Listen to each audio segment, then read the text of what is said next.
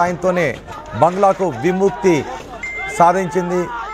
బంగ్లాదేశ్ విముక్తిని సాధించడానికి భారతే సహాయం చేసింది. ఇప్పుడు బంగ్లాదేశ్లో అల్లర్లు ఏ విధంగా చెలరేగుతున్నాయి మన ఆర్టీవీ స్క్రీన్ పైన చూడొచ్చు. బంగ్లాదేశ్లో చోటు చేసుకున్న అల్లర్లపై మరింత సమాచారం మా ప్రతినిధి సచిన్ అందిస్తారు. సచిన్, మరోసారి బంగ్లాదేశ్ అట్టుడుకుతున్న పరిస్థితులే కనిపిస్తున్నాయి. కొన్ని నెలల క్రితం బంగ్లాదేశ్ ఏ విధంగా అట్టుడుకుపోయిందో మనం చూసాం. ఇప్పుడు మరోసారి బంగ్లాదేశ్లో అల్లర్లు చోటు చేసుకోవడానికి కారణం ఏంటి? ఎటువంటి పరిస్థితులు అక్కడ చోటు చేసుకుంటున్నాయి? రోహిత్, ఇంట్రెస్టింగ్, ఇక్కడ షేక్ హసీనా తన కార్యకర్తలను ఉద్దేశించి మాట్లాడేందుకు ఒక ఆన్లైన్ ప్రోగ్రామ్ ని రెడీ చేస్తున్నారు. ఈ ఇన్ఫర్మేషన్ అనే తర్వాత విపక్షాలు కూడా ఒకసారిగా ఎగ్జాక్ట్ గా ఏం జరిగిందనే అంశానికి సంబంధించి బంగ్లాదేశ్ కూడా దీన్ని రీసెర్చ్ చేసే ప్రయత్నం చేస్తోంది. కానీ మనకంటున్న సమాచారం, దాంతోపాటు కొన్ని ఇంటర్నేషనల్ ప్లాట్ఫామ్స్ చెప్తుందని ప్రకారం, ఇంటర్నేషనల్ అవుట్లెట్స్ చెప్తుందని ప్రకారం, మరీ ముఖ్యంగా షేక్ హసీనా ఇక్కడ ఒక ప్రోగ్రామ్ ఏర్పాటు చేస్తున్నారు. ఈ ఏర్పాటు చేసుకున్న సందర్భంలో ఇన్ఫర్మేషన్ నాటి విపక్ష పార్టీలకు చెందింది. ఈ నేపథ్యంలోనే షేక్ హసీనా పార్టీ సంబంధించి స్టూడెంట్ వింగ్ ఉంటుంది, దాని పేరు ఛాత్ర లీగ్ అంటారు. ఈ ఛాత్ర లీగ్ అనేది ఒక ఆన్లైన్ ప్రోగ్రామ్ ని ఏర్పాటు చేయాలని చెప్పి అనుకుంది. దీనికి అరౌండ్ 9 o'clock కి ఈ ప్రోగ్రామ్ ని ప్లాన్ చేస్తున్నారు వాళ్ళు. సో ఇక్కడ ఈ కార్యక్రమంలో షేక్ హసీనా కూడా తన ఆన్లైన్ వేదికగా తను మాట్లాడాల్సి ఉంది. మరికొద్ది సేపట్లోనే ప్రారంభం అవుతుంది అనుకుంటున్న సందర్భంలో ఈ కార్యక్రమం ఇన్ఫర్మేషన్ తెలిసిన విపక్ష పార్టీలు కాదు, లేకపోతే మరి ముఖ్యంగా కొంతమంది నిరసనకారులు, కొంతమంది నిరసనకారులు బుల్డోజర్ ప్రదర్శనకు వాళ్ళు కాల్ ఇవ్వడం జరిగింది, వాళ్ళు పిలుపునివ్వడం జరిగింది. అయితే 9 గంటలకి ఇటు షేక్ హసీనా ఆన్లైన్ మీటింగ్ ప్రారంభం కావాల్సి ఉండగా దానికన్నా ముందు ఒక గంట ముందే ఇటు వ్యతిరేక ఉద్యమానికి సంబంధించి, అంటే వివక్ష వ్యతిరేక ఉద్యమానికి సంబంధించి కన్వీనర్ హస్నత్ అబ్దుల్లా ఈయన పిలుపు ఇచ్చారంటూ కూడా కొన్ని ఇంటర్నేషనల్ అవుట్లెట్స్ చెప్తున్నాయి. దీంట్లో వందల మంది నిరసనకారులు పాల్గొనడం జరిగింది. వీళ్ళందరూ కూడా పారడు సుత్తులతోని ధాన్మండి 32లో ప్రవేశించారు. ధాన్మండి 32 అంటే కనుక షేక్ ముజిబుర్ రెహమాన్ నివాసం గురించి అంటూ కూడా మాట్లాడుతూ ఉంటారు. ఇక్కడ ఏం జరిగిందంటే ఆందోళనకారులు ముందు షేక్ ముజిబుర్ రెహమాన్ చిత్రాలను పూర్తిగా ధ్వంసం చేసేస్తారు అక్కడ. దాంతో పాటు వాటికి సంబంధించి రాత్రి 9:30 ఆ ప్రాంతంలో భవనానికి చేరుకున్నారు. భవనానికి చేరుకొని నిప్పు పెట్టారు. ఆ తర్వాత ఒక క్రేన్, ఒక ఎక్స్కవేటర్ కూడా అక్కడికి చేరుకున్నాయి.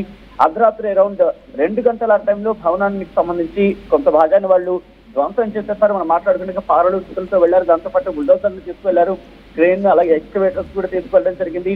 వాళ్ళంటుంది ఏంటంటే కనుక ఆ మ్యూజియం గా ఉన్న ఆ ఇల్లు శాశ్వతానికి ప్రత్యేకగా మారింది, అందుకనే మేము దాన్ని ధ్వంసం చేస్తున్నాం, తగలబెట్టేస్తున్నాం అంటూ కూడా వాళ్ళు అక్కడ నిరసనకారులు మాట్లాడిన సందర్భంలో విజువల్స్ చూస్తే కనుక ఎక్కడ షేక్ హసీనా కావచ్చు, అక్కడ పునఃప్రభుత్వానికి వ్యతిరేకంగా మీ గళాన్ని విప్పండి అంటూ షేక్ హసీనా సోషల్ మీడియాలో ఇచ్చిన పిలుపుతోనే వాళ్ళందరూ రెచ్చిపోయారా ఇప్పుడు? ఎగ్జాక్ట్, ఎందుకంటే ఇక్కడ వాళ్ళ మాట ఏంటంటే భారత్ లో ఉండి బంగ్లాదేశ్ కు వ్యతిరేకంగా షేక్ హసీనా ఇక్కడ ఒక ప్రచారం కావచ్చు, లేకపోతే ఒక కాల్ని ఇవ్వడం జరిగింది, పిలుపునివ్వడం జరిగింది, దాన్ని మేము నిరసిస్తున్నామని చెప్తున్నారు. షేక్ హసీనా ఒకవేళ ఏమైనా మాట్లాడాలనుకుంటే, ఏమైనా చేయాలనుకుంటే బంగ్లాదేశ్కి వచ్చి చేస్తే బాగుంటుంది, కానీ భారత్ లో కూర్చొని బంగ్లాదేశ్ కి వ్యతిరేకంగా కార్యకలాపాలు నిర్వహిస్తున్నారు, బంగ్లాదేశ్ కి వ్యతిరేకంగా మాట్లాడుతున్నారంటూ కూడా వాళ్ళ ఆగ్రహాన్ని వ్యక్తం చేయడం జరుగుతోంది. వాళ్ళు అంటుంది ఏంటంటే ఇప్పుడు షేక్ ముజిబుర్ రెహమాన్ ఆ ఇల్లు ఏదైతే ఉందో అది పాకిస్తాన్కి ప్రతీక, అందుకే దాన్ని మీద ధ్వంసం చేస్తున్నాం అంటూ వాళ్ళు చెప్తున్నారు. ఇన్ఫాక్ట్ ఇదే అంశానికి సంబంధించి మనకు కొద్దిసేపు మాట్లాడుకున్నట్టుగా హస్నత్ అబ్దుల్లా అనే వ్యక్తి పోస్ట్ చేశారు. సో మీరన్నట్టుగా ఇక్కడ మరీ ముఖ్యంగా షేక్ హసీనా మీద వ్యతిరేకత పెరుగుతోంది. అక్కడ వ్యతిరేకతకు సంబంధించి ఇంకా కంటిన్యూ అవుతుంది అనేది చెప్పడానికి ఇది ఉదాహరణ కింద చెప్పుకోవచ్చు. దాంతో పాటు బంగ్లాదేశ్ ప్రభుత్వం కూడా ఒకటే చెబుతోంది, షేక్ హసీనాను మాకు అప్పగించినట్టు చెబుతున్నప్పటికీ భారతదేశానికి సంబంధించి అవి ఒక విధంగా మాట్లాడితే ద్వైపాక్షిక చర్చల కింద మాట్లాడుకోవచ్చు, ఇంకా ద్వైపాక్షిక చర్చలు జరుగుతున్నాయని అనుకోవాలి. కానీ ఇక్కడ షేక్ హసీనా ఇక్కడ భారత్ లో ఉండి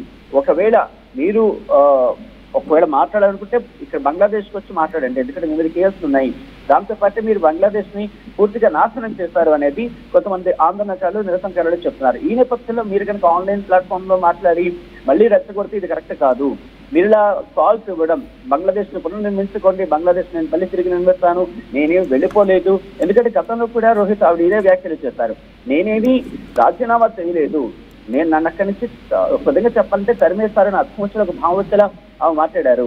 నా మీద ఇబ్బందికర వాతావరణం సృష్టించారు, నేనేం రాజీనామా చేయలేదు, నేనేం వెళ్ళలేదు అని అర్థం వచ్చేలా షేక్ హసీనా మాట్లాడిన సందర్భం.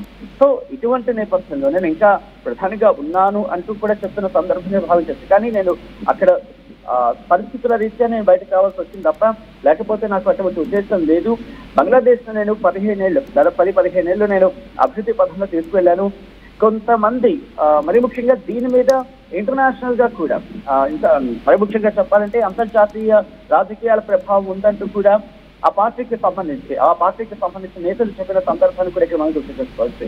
సో ఈ రోజు అంటే నిన్న రాత్రి 9 గంటల ప్రాంతంలో ఈ సిచ్యువేషన్ జరిగిందనేది అక్కడ మనకు అందుతున్న సమాచారం. అయితే షేక్ హసీనా ఓకే, ఇప్పుడు అల్లర్ల నేపథ్యం ఇప్పుడు కూడా షేక్ హసీనా అంటున్నారు భవనాలను కాల్చినంత మాత్రాన చరిత్ర కాలిపోదు అని ఆమె మళ్ళీ అంటూ ఉన్నారు. సో ఈ నేపథ్యంలో ఈ అల్లర్లు వేటికి దారి తీసే అవకాశం ఉండదు. ఆమె భారత్లో ఉన్నారు, గతంలో భారతదేశానికి చెందిన వారిపై అక్కడ కూడా దాడులు జరిగే వాళ్ళంతా భయభ్రాంతులకు గురయ్యారు.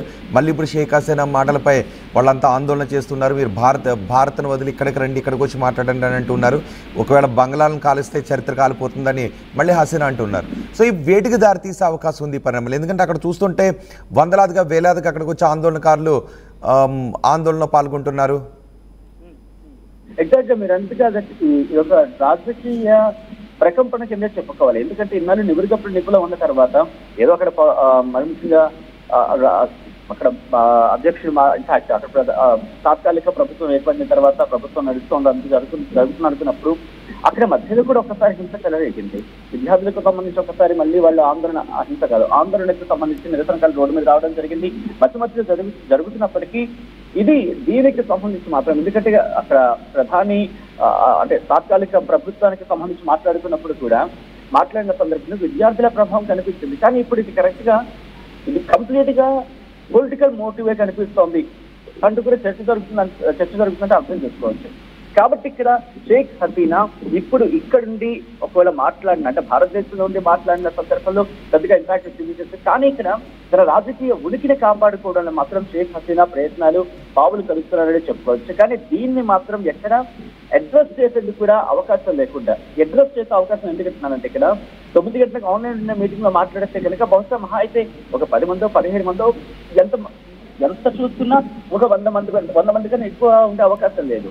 కానీ ఆ అవకాశం కూడా షేక్ హసీనా ఇవ్వకూడదని కూడా రాజకీయ ప్రత్యర్థుల ఎత్తుగడల కింద భావించవచ్చు. దీనిని ఇప్పుడు షేక్ హసీనా పార్టీ ఎలా దీన్ని డిఫెన్స్ చేసుకుంటుంది. ఎందుకంటే ఆ మధ్యలో మనం చూస్తాం నేను ప్రధానిగా రాజీనామా చేయలేదని చెప్పుకొచ్చారు. ఈ రోజు చూసుకుంటే తను మాట్లాడుతున్న సందర్భం మీరు అన్నట్టుగా కాల్చేస్తే చెరిగిపోయేది చరిత్ర కాదు, ఆ చరిత్ర నిలబెట్టిన కథ ఉంది అంటూ కూడా ఆమె చెప్తున్న సందర్భం. కాబట్టి రాజకీయంగా తన ఐడెంటిటీని చూపించుకునే ప్రయత్నం చేస్తోంది. తన ఉనికిని చాటుకునే ప్రయత్నం చేస్తున్నారు షేక్ హసీనా అనుకోవడంలో ఎటువంటి అతిశయోక్తి లేదు.